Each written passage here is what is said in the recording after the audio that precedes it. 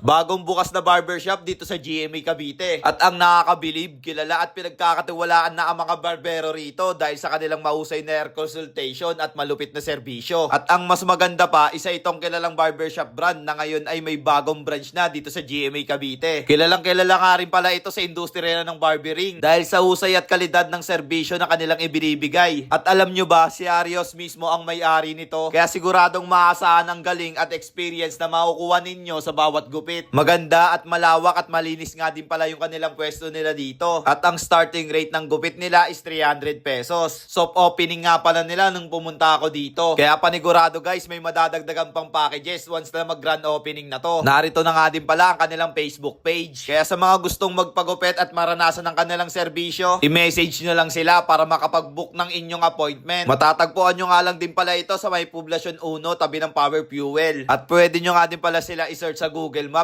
Type nyo lang Arios GMA Cavite branch. Hi guys, ini-invite ko kayo dito sa bagong branch ng Arios dito sa may GMA Cavite. Ang open po namin is 9 AM to 9 PM. Ayun guys, kita-kits soon. So yun na nga din pala guys, no? Isa nga din pala ito sa mga nagustuhan ko na pagupitan. Kaya isa din ito sa mga babalik-balikan ko. So paano guys, kung naghahanap kayo ng pagkakatiwalaan para sa buhok ninyo, isa ito sa mga pinaka-marerecommend ko. At hanggang dito na nga lang din po pala tayo guys. Kita-kits na lang ulit sa next vlog. So paano? So again, this is Sajak TV. Thank you for sunshine, thank you for rain, thank you for joy. Ingat, salamat, bye-bye, ble!